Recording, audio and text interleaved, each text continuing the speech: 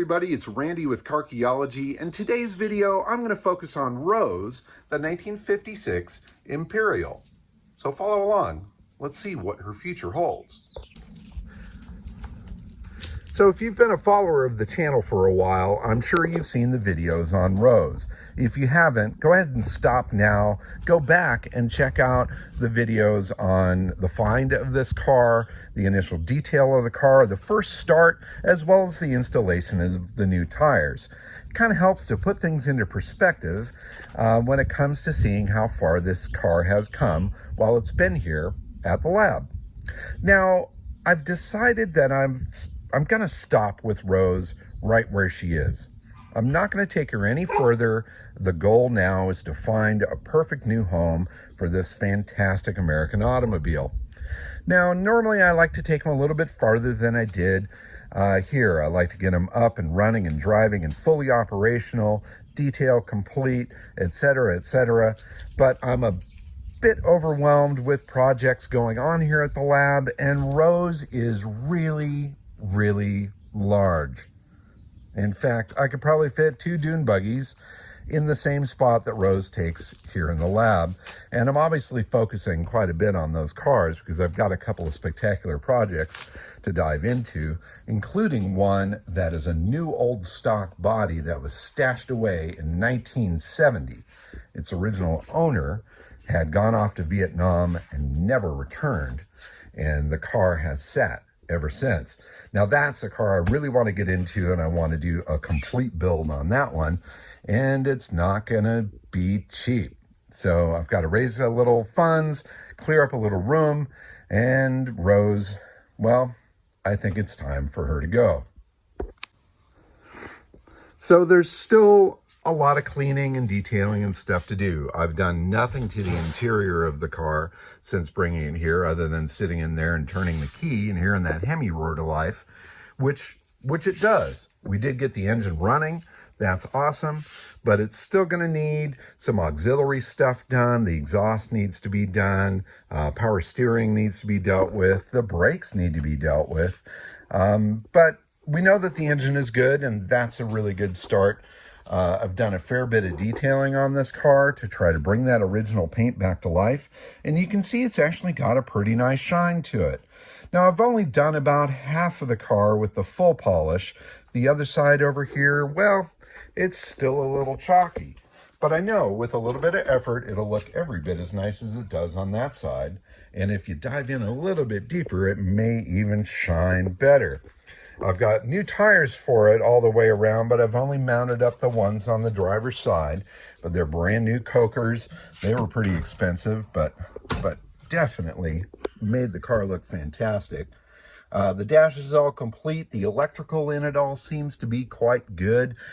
We got the windows working, including these fantastic rear windows that on the 4-door hardtop scissor. So I'll post a little video of that moving in action, but this pane here folds forward while this one goes down, and it's a really cool thing. The body on the car is amazingly solid. This is a super dry California car since new. I haven't seen any rust of note in the rockers or down low. The floors look amazing, and it is mostly original paint. There are some areas where there has been a little respray. You can see here there's some chipping in the paint that exposes original paint there, so you know that this was blended. There's a couple spots where it's worn through a little bit. But to me, that originality and that patina is a part of the story.